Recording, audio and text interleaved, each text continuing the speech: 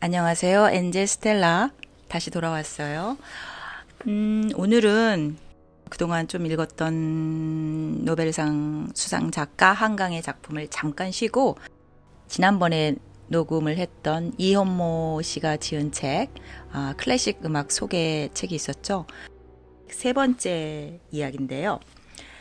이는 2021년에 발간된 책이고 제 손에 들어온 건 아마 작년 초였던 것 같네요. 그래서 제목은 클래식 한잔 할까요? 입니다. 그래서 클래식을 좀 더 쉽게 이해할 수 있고 좀 더 재미있게 들을 수 있도록 소개한 책인데 저는 아주 어렸을 때 초등학교 6학년 때서부터 사실은 클래식을 듣기 시작했거든요. 제가 제일 처음 들은 음악이 베토벤 곡이었어요. 그래서 베토벤 곡은 지금도 거의 다 좋아합니다. 거의 다 좋아하는데, 자, 오늘은 첫 번째 소개로 차이코프스키 교향곡 비창에 대해서 소개할게요. 알고 보니 그의 죽음을 예언했다고? 이 교향곡은 수수께끼로 남을 거야 란 말과 함께 마음이 몹시 슬프고 아프다는 뜻의 비창이라는 표제로 붙인 차이코프스키. 그는 이 곡을 발표하고 9일 뒤 갑자기 세상을 떠났습니다. 과연 그의 죽음과 비창 교향곡은 어떤 비밀이 숨겨져 있는 걸까요? 자, 그 수수께끼 비밀을 찾아가 볼까요? 나의 작품을 내가 지휘하는 훌륭한 오케스트라가 열정적으로 연주할 때의 기쁨은 나에게는 새로운 경험이었다. 나도 모르게 터져나오는 울음을 주체할 수 없을 정도였다. 1888년은 교향곡 5번을 발표한 48살의 차이콥스키에게 최고의 해였습니다. 그 전해부터 연초까지 이어진 러시아 국내 연주뿐만 아니라 라이프치히, 함부르크, 베를린, 프라하, 파리, 런던 등 유럽 각지에서 개최한 순회 연주가 대성공이었거든요. 자신의 작품들을 직접 지휘한 차이콥스키는 관중들의 기립박수를 받으며 무척 감격했죠. 만년으로 접어들면서 명성을 얻고자 했던 형의 꿈이 실현되었다. 형은 많은 예술가들이 생존을 누리지 못했던 부를 누렸고 또 널리 존경받았다. 건강도 유지했고 사람들로부터 사랑도 받았다. 차이콥스키의 동생 모데스트는 당시를 이렇게 회상했습니다. 그의 말처럼 차이콥스키는 러시아를 대표하는 세계적 음악가로 성공 가도를 달리고 있었습니다. 그뿐만 아니라 당시 차이콥스키에게는 아주 든든한 지원군이 있었습니다. 철도 산업으로 많은 재산을 모은 부호의 미망인 나데즈다 펀메크 부인이 곁에서 오랫동안 경제적으로 후원한 덕분에 그는 마음껏 활동할 수 있었습니다. 차이콥스키의 음악을 무척 좋아했던 그녀는 그와 수많은 편지를 주고받으며 정신적 교감을 나누고 전폭적으로 지지했습니다. 당신처럼 나에게 이토록 깊고도 경탄할 행복을 주는 이는 없습니다. 말로 다 할 수 없을 만큼 감사하며 이 기쁨이 끝나거나 변하는 일이 절대 없기를 기도할 뿐입니다. 당신의 음악을 들을 때면 당신에게 완전히 빠져버립니다. 당신은 제게 신 같은 존재입니다. 제 마음 깊은 곳에서부터 가장 순수하고 숭고한 것들이 마구 솟아오릅니다. 차이콥스키 또한 이렇게 화답합니다. 내 영혼이 닿는 한 당신을 사랑합니다. 당신을 제 인생에 불러온 운명을 매 순간 축복합니다. 폰메크 부인과 차이콥스키는 단순한 후원자와 피후원자의 관계를 넘어서 어느덧 연인처럼 감정을 나누는 단계로 나아가고 있었습니다. 이렇게 평온한 날을 보내던 1890년 9월 차이콥스키 앞으로 폰메크 부인의 편지가 한 통 도착합니다. 앞으로 더 이상 연락하지 않겠다는 절교의 편지였습니다. 차이콥스키는 부들부들 떨기 시작합니다. 지금까지 그녀가 보여준 모든 우정과 호의가 파노라마처럼 지나갔습니다. 폰메크 부인은 지난 14년 동안 차이콥스키가 편안히 작곡에 몰두할 수 있도록 배려를 아끼지 않았습니다. 매년 엄청난 금액의 연금을 보내주며 한국 돈으로 대략 2억 원가량이라고 하네요. 연금을 보내주어 모스크바 음악원 교수직에 매이지 않고 자유롭게 창작 활동을 할 수 있게 했고 또 편히 쉬도록 별장을 빌려주기도 했으며 해외여행 비용도 모두 대주었습니다. 그동안 차이콥스키가 1천여 통이 넘는 편지로 수많은 감정과 생각을 나눈 그녀는 어머니, 연인, 친구, 그 이상의 존재였습니다. 폰메크 부인은 지금까지 관계를 끊을 것이고 연금도 더 이상 지급하지 않겠다고 말했습니다. 최근에 투자한 것에서 엄청난 손실을 입었다는 이유를 댔습니다. 차이콥스키로선 그 편지를 받기 직전에 상당한 금액을 그녀로부터 받았기에 이 소식에 더욱 놀라웠습니다. 사실 많은 재산을 물려받은 폰메크 부인은 그 무렵 복잡한 집안 문제에 얽혀서 차이콥스키에게 더 이상 돈을 보내기 어려운 상황에 내몰린 상태였습니다. 그런 이유를 차이콥스키에겐 차마 밝히지 못했다고 합니다. 내막을 전혀 모르고 있던 차이콥스키는 간곡한 편지를 보냈습니다. 내 마음은 어쩔 수 없이 당신에게로 향합니다. 마음속 깊이 당신 손에 입을 맞추며 부탁드립니다. 나보다 더 당신 걱정으로 애태우는 사람은 없다는 사실을 꼭 알아주십시오.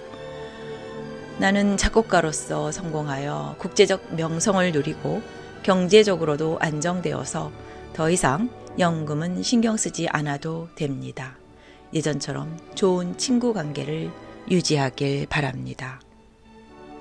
그러나 거듭된 청혼은 모두 허사로 돌아갔습니다.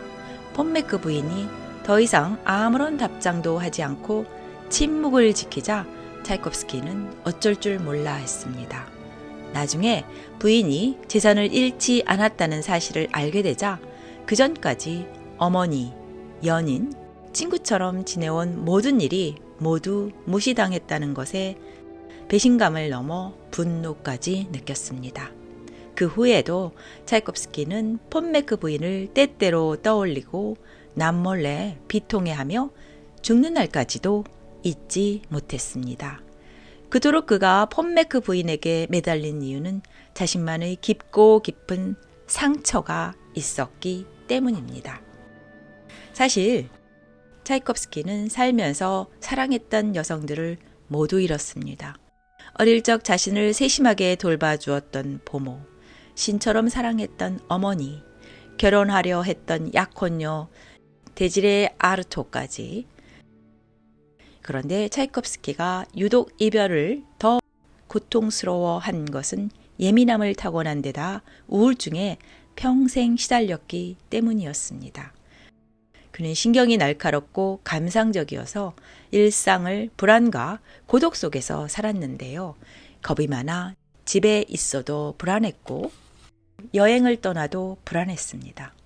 불안의 원인을 자기 자신도 알 수 없어 스스로 한심하다고 느낄 정도로 눈물을 자주 흘렸는데요. 오죽하면 눈물 제조기란 별명까지 생겼을까요? 호텔에 들어와 여장을 풀고 나니 비로소 마음이 놓인다. 나는 모든 일을 젖혀놓고 실컷 울었다. 그러고 나서 목욕하고 식사하러 갔다. 1891년 미국에 초청 연주 여행을 갔을 때 쓴 일기를 보면 그가 가까운 사람과 헤어질 때마다 받은 상처를 스스로 위로하기 위해 얼마나 많은 눈물을 흘렸을지 짐작할 수 있습니다. 이렇게 우울한 삶을 살던 그에게 천사처럼 나타난 폰메크 부인으로부터 든든하게 경제적 지원을 받은 것 외에도 그녀와 정서적으로 교감하는 일은 이루 말할 수 없는 위안이 되었습니다. 그런데 일방적으로 인연을 끊어버리다니 얼마나 기가 막혔을까요? 당시 찰콥스키의 삶은 겉으론 사회적 성공과 함께 매우 바쁘게 돌아가는 것처럼 보였지만 속은 거듭된 충격으로 무척 우울하고 황폐했습니다. 폰메크 부인이 일방적으로 절교한 이듬해인 1891년 초 미국 카네기홀 개관 기념 연주에 초청을 받고 준비할 무렵 하나뿐인 여동생 알렉산드라가 갑자기 죽었습니다. 독신으로 살던 찰콥스키에게 알렉산드라의 가족이 편안한 안식처여서 그 가족과 무척 가깝게 지냈습니다. 조카 블라디미르 다비도프에게는 교향곡 6번을 헌정할 정도로 특히 애정이 각별했습니다. 겨우 마음을 추스른 차이콥스키는 미국으로 가는 배 안에서 여동생에 대한 그리움과 슬픔이 북받칠 때마다 갑판으로 뛰쳐나와 흘러내리는 눈물을 훔쳐내곤 했습니다. 뒤이어 가까운 친구 2명마저 잇따라 죽자 차이콥스키는 무척 의기소침해졌습니다. 병적으로 예민한 데다가 연이은 이별과 사별을 겪은 차이콥스키는 죽음에 대해 많은 것을 생각했습니다. 이 경험은 당시 그가 구상하고 있던 6번째 교향곡에도 큰 영향을 미칩니다. 1893년 10월 말 53살의 차이콥스키는 교향곡 6번을 조연한 다음 날 출판용 악보에 마음이 몹시 상하고 슬프다라는 뜻을 지닌 비창이란 표제를 붙였습니다. 폰메크 부인으로부터 절교당하고 여동생과 친구들의 잇단 죽음으로 충격받고 상처받은 그가 자신을 위로하기 위해 이런 제목을 붙였다는 사실은 충분히 이해됩니다. 실제로 이 교향곡을 들으면 비창이란 제목과 연관된 감정들, 즉 절망, 슬픔, 허무감을 스스로 위로하고 치유하려는 내용이 들어있음을 느낄 수 있죠. 그런데 5년 전에 발표한 교향곡 5번이 신나는 행진곡으로 끝난 것과 달리 비창 교향곡은 왜 이토록 슬픈 내용이 가득 차 있을까요? 이 곡을 작곡할 무렵 차이콥스키는 동생 모데스트에게 이런 편지를 보냈습니다. 나 자신은 이 교향곡이 지금까지 쓴 작품 중 최고이고 가장 진실한 작품이라고 믿는다. 이 교향곡의 정수는 삶이다. 내가 낳은 그 어떤 작품보다 좋아한다. 그의 말처럼 이 교향곡은 그의 최고 작품이자 매우 독창적인 음악입니다. 실제로 이 작품은 그의 인생 전체가 들어있다고 해도 과언이 아닐 정도로 그의 삶 전체가 심리적 자서전처럼 녹아 있습니다. 그는 이 곡을 작곡하던 해 2월에 조카 블라디미르 다비도프에게 의미심장한 말을 합니다. 이 곡은 표제음악 교향곡이야. 표제는 아주 주관적이어서 사람들에게 수수께끼로 남을 거야. 거리를 걸으면서 머릿속으로 작곡하는 동안 나는 그것을 생각하기만 해도 아주 많이 운단다. 차이콥스키는 곡의 표제가 수수께끼가 될 것이라고 말한 후 그 수수께끼가 과연 무엇을 뜻하는 것인지 말할 틈도 없이 세상을 떠나고 말았습니다. 그는 이 표제가 주관적이며 생각만 해도 아주 많이 운다는 알 수 없는 말만 남겼습니다. 그리고 9월에 콘스탄티노비치 대공에게 저희 교향곡은 진홍곡에 가까운 분위기로 가득 차 있습니다. 라는 내용의 편지를 보냈습니다. 이렇게 새 교향곡을 떠올리기만 해도 눈물 흘리고 결국 작품을 진홍곡처럼 만들게 한 요인은 바로 죽음입니다. 그가 살아오면서 사랑하는 사람들과 이별하거나 사별한 사건들은 그가 살던 세계로부터 일부가 사라졌다는 의미입니다. 그 사실을 그는 저항할 수 없는 커다란 상실감으로 받아들였습니다. 매우 예민한 데다 우울증에 시달려온 그는 이별과 사별을 겪을 때마다 죽음과 같은 끔찍한 고통을 겪었습니다.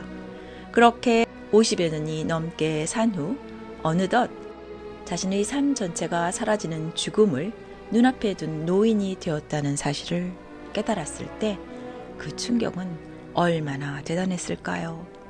그래서 그는 이 죽음을 생각만 해도 아주 많이 울 수밖에 없다고 말했습니다. 그렇다면 마지막 작품이 되고만 비창 교향곡에서 차이콥스키는 어떻게 자신의 삶과 죽음을 표현했을까요? 지금서부터 차이콥스키의 교향곡 6번 비창에 대해서 자세한 설명을 드립니다. 비창 교향곡은 수수께끼처럼 풀리지 않을 의문만 가득할까요? 정말 다행스럽게도 이 곡에 대해서 차이콥스키는 약간의 힌트를 남겨놓았습니다. 그가 죽을 뒤에 발견된 작품 노트에 이런 내용이 남아있죠. 이 작품의 궁극적 핵심은 삶이다. 1악장은 충동, 자신감, 활동에 대한 갈망, 그 모든 것이다. 짧아야 하며 마지막 부분은 죽음, 몰락의 결과이다. 2악장은 사랑, 3악장은 실망을 그린다. 4악장은 짧지만 서서히 사라지며 끝난다. 비록 작품 노트에 써놓은 대로 완성되진 않았지만 이 작품의 골격을 어느 정도 이해하는 데 도움이 됩니다. 또 차이콥스키의 형제 중에서 그와 가장 가까웠고 그의 사후에 차이콥스키 생가 박물관을 세우고 작품과 일기, 편지 등을 관리한 동생 모데스트가 1907년 4월에 악장별로 남긴 상세한 설명을 소개합니다. 모데스트는 형이 자신에게 보낸 많은 편지로 미루어 볼 때 이런 내용이 틀림없다고 말했습니다. 1악장은 차이콥스키의 삶을 묘사한다. 고통, 슬픔, 위대하고 우아한 것에 대한 그리움 같은 감정들이다. 또한 죽음의 공포와 투쟁이 섞여 있다. 다른 한편으로 천상의 영원한 축복을 약속하는 선하고 아름다운 것에 대한 사랑과 즐거운 감정도 있다. 2악장은 자기 삶의 덧없는 즐거움을 묘사한다. 이 즐거움은 일반적 쾌락과는 거리가 먼 것이다. 3악장은 자신의 음악이 발전해온 역사를 그린다. 20살까지 유희와 연애로 살고 이후에는 사회적 명성을 얻었지만 곧 삶을 마감한다. 마지막에는 승리에 찬 행진곡풍의 선율이 나온다. 4악장은 삶의 끝자락에 선 영혼의 상태를 그린다. 덧없는 예술가, 영원할 것 같은 모든 것을 삼키는 허무, 그런 것들을 앞에 둔 노년에 대한 지독한 환멸과 고통. 1악장 도입부. 등불은 어둡고 마음은 무겁다. 지친 눈에 꿈이 다가오는구나. 슬픔은 깊어라. 차이콥스키는 보이지 않는 손에 붙잡혀 컴컴한 터널 속에 갇힌 채 절망하며 흐느끼고 있습니다. 처음에 더블 베이스가 무겁게 가라앉은 동안 음색이 어두운 바순이 조금씩 기어오르다 미끄러져 길게 엎어지고 맙니다. 이 도입부 선율이 악기를 바꾸어가며 3번 되풀이 됩니다. 결국 끝이 보이질 않는 터널 속을 헤매다 지쳐 쓰러집니다. 무언가로부터 억눌려 나지막하게 기어들어가는 목소리로 신음하며 가라앉기를 2분여 동안 지속합니다. 제시부.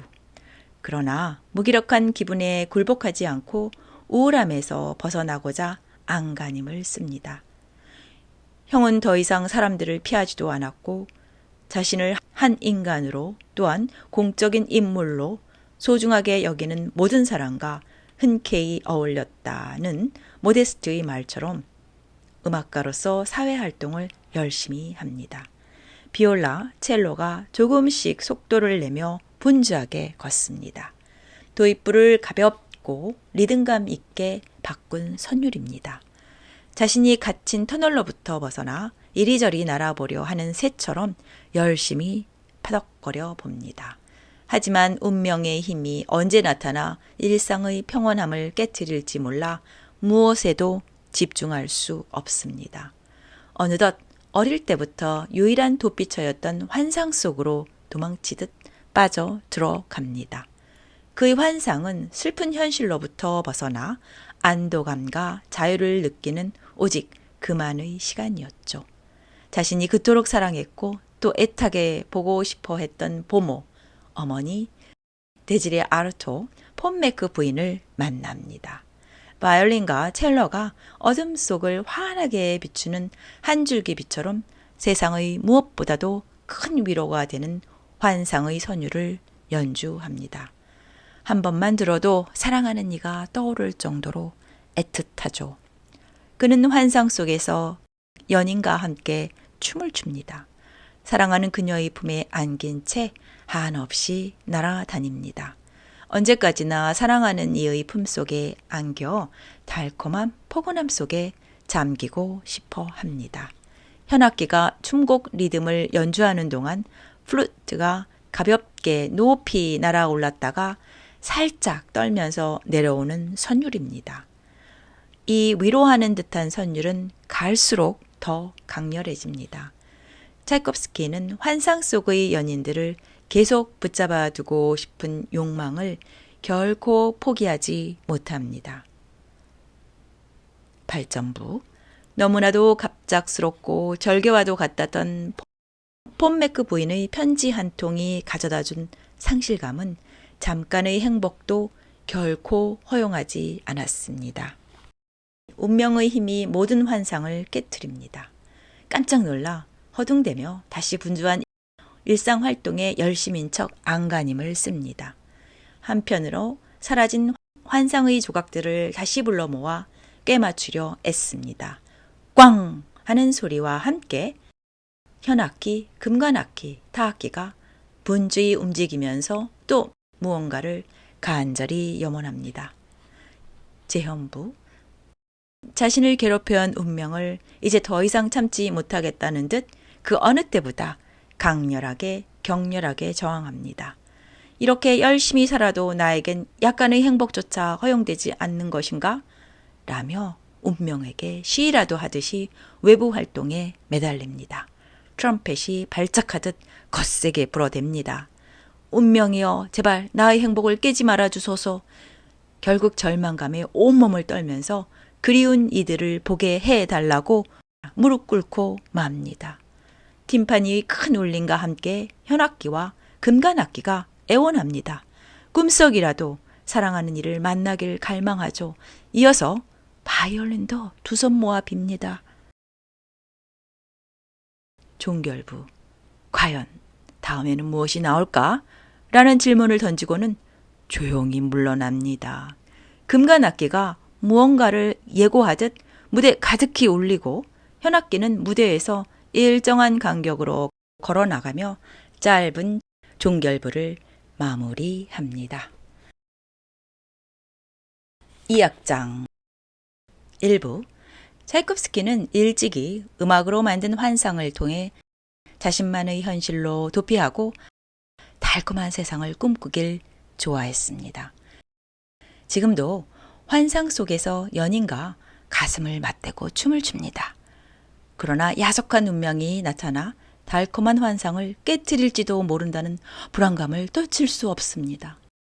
무기력한 말로 불타는 마음의 고동을 말할 수 있을까? 밤은 가고 달은 떨어지고 아련히 저 멀리서 먼동이 토온다. 첼로가 리듬을 타고 우아하게 춤추다가 멈추고 다시 추다가 멈추는 선율을 반복합니다. 2부 하지만 가슴 한쪽에 자리 잡은 불안감은 그를 결코 편안히 두질 않습니다. 그녀가 사라진 뒤에 겪을 허무함을 떠올리면 자신도 모르게 한숨이 새어나옵니다. 팀파니 더블 베이스가 리듬을 타는 동안 바이올린이 서서히 미끄러져 저절로 힘이 빠지는 선율을 노래합니다. 환상이 깨진 후 자신을 애처롭게 바라볼 차이콥스키가 무척 안쓰러워 보입니다. 3부. 그러나 지금 이 순간만큼은 모든 것을 잊고 환상 속에서 그녀와 함께 달콤한 춤을 추고 싶은 갈망이 그의 마음속을 가득 채우고 있습니다. 종결부. 시간이 지날수록 그녀를 안고 춤추고 싶은 달콤한 욕망을 내려놓기가 더 어렵습니다. 하지만 그녀와 강제로 헤어질지 모른다는 불안감도 따라다닙니다. 그리운 사람이여, 안녕. 다시 우울한 날이 찾아온다. 3악장 스케르초. 차이콥스키의 마지막 3년은 남들이 보기에 음악가로서 최고의 성공을 누린 시기입니다. 작곡 활동 외에도 해외 연주회의 각종 만찬에 참석하느라 무척 바쁜 나날을 보냈습니다. 그러나 그는 가면을 쓴 채 자기의 진짜 모습을 감추고 활동에만 몰두했습니다. 처음에 바이올린에 연이어서 조잘거리듯 빠르게 오르내립니다.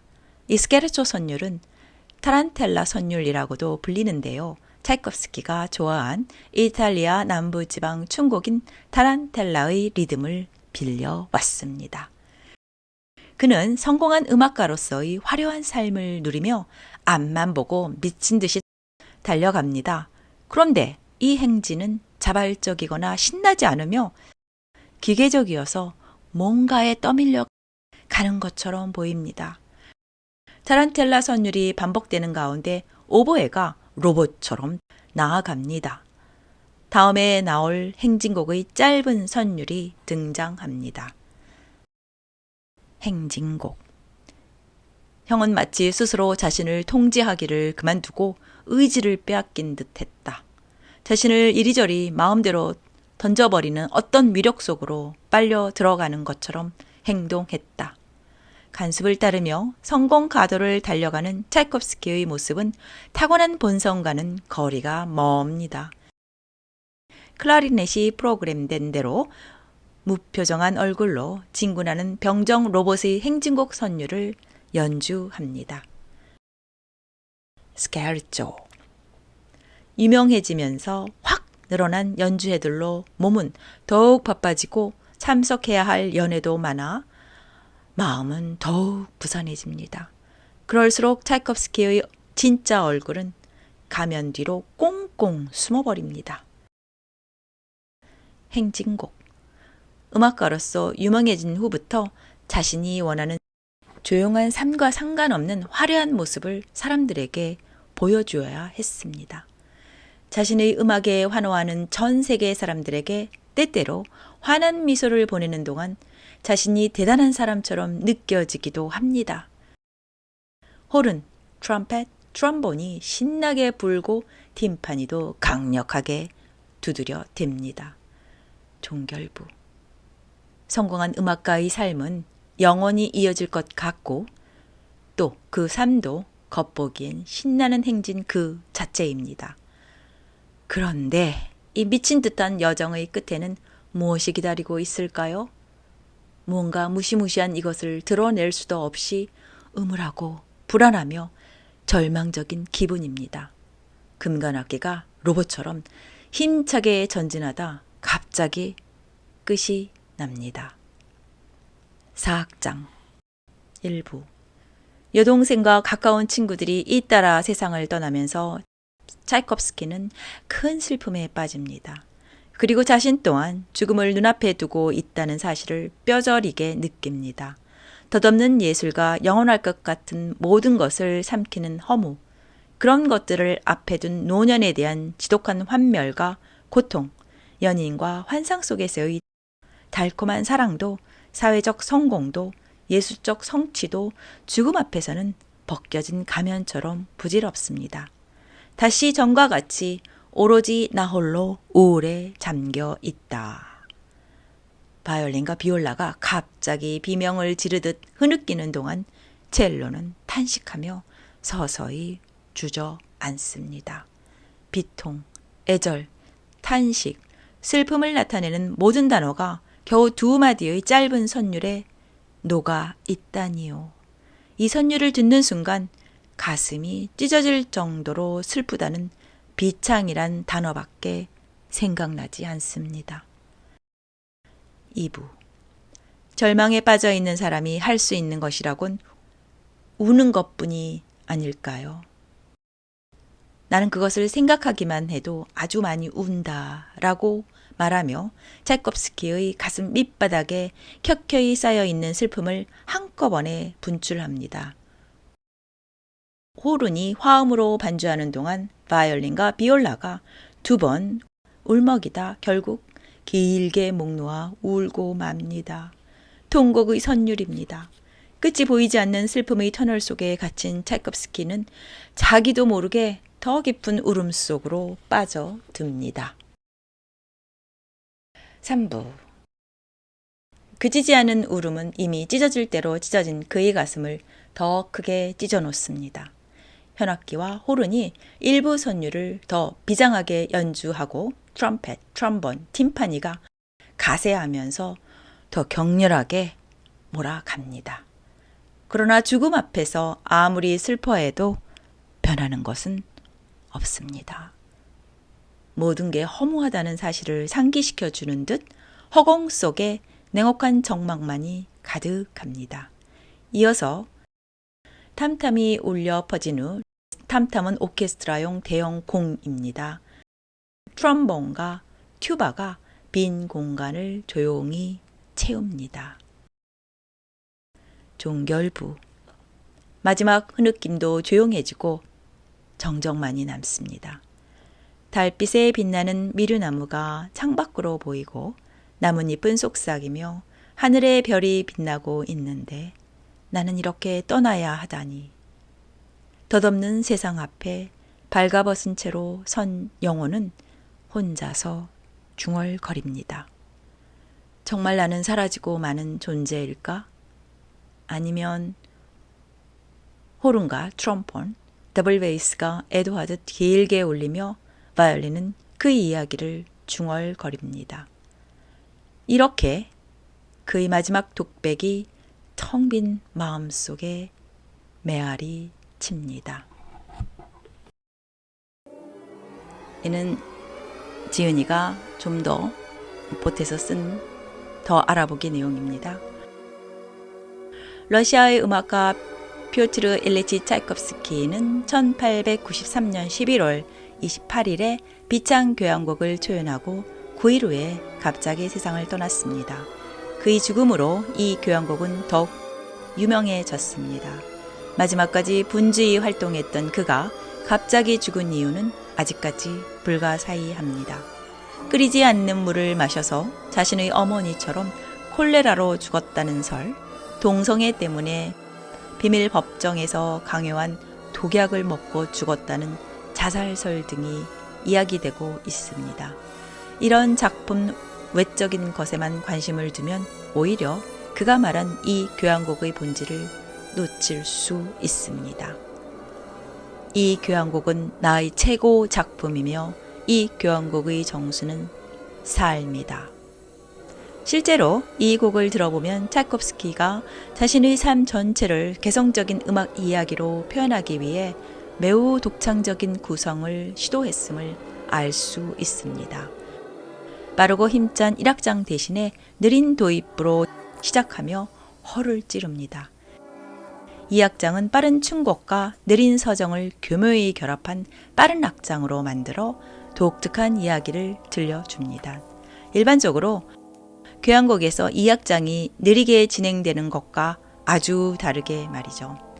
발레 음악의 대가답게 3악장에선 러시아를 대표하는 음악가로서 정신없이 바쁘게 삶을 사는 모습을 빠른 춤곡 형식을 빌려 독특하게 표현했습니다. 종래의 스케르초, 트리오 스케르초, 종결부 형식은 빠르고 격렬한 스케르초와 느리고 우아한 트리오가 대조를 이루는데요. 자신만의 독특한 이야기를 표현하기 위해 스케르초 행진곡, 스케르초 행진곡, 종결부 형식으로 바꿉니다. 느리고 우아한 트리오 대신 빠르고 힘찬 행진곡을 격렬한 스케르초 사이에 끼워 넣음으로써 한층 열광적으로 몰아가죠. 피날레는 이 교향곡을 전 세계적으로 유명하게 만든 악장입니다. 다른 교향곡의 빠르고 힘찬 마지막 악장과 전혀 다르게 느리고 크게 슬퍼하며 탄식하다가 조용히 끝나서 수많은 사람의 가슴을 오랫동안 먹먹하게 만들어 왔습니다. 무엇보다 이 작품이 특별한 이유는 단순히 한 개인의 죽음이 아니라 한 세계의 몰락을 표현했기 때문입니다. 19세기 말 겉으로 화려해 보이는 유럽의 이면에 난무하는 폭력과 위선, 영원할 것 같은 음악가로서의 화려한 성공 아래에서 스멀스멀 올라오는 죽음의 그림자를 정면으로 드러내 죽음이 우리 삶에 어떤 의미가 있는지 묻고 스스로 내면을 들여다보게 합니다. 여기까지 이연모 지은이가 쓴 내용이고요. 여러분은 유튜브나 다른 매체를 통해서 차이콥스키의 교향곡 6번을 처음부터 끝까지 꼭 들어보시기 바랍니다.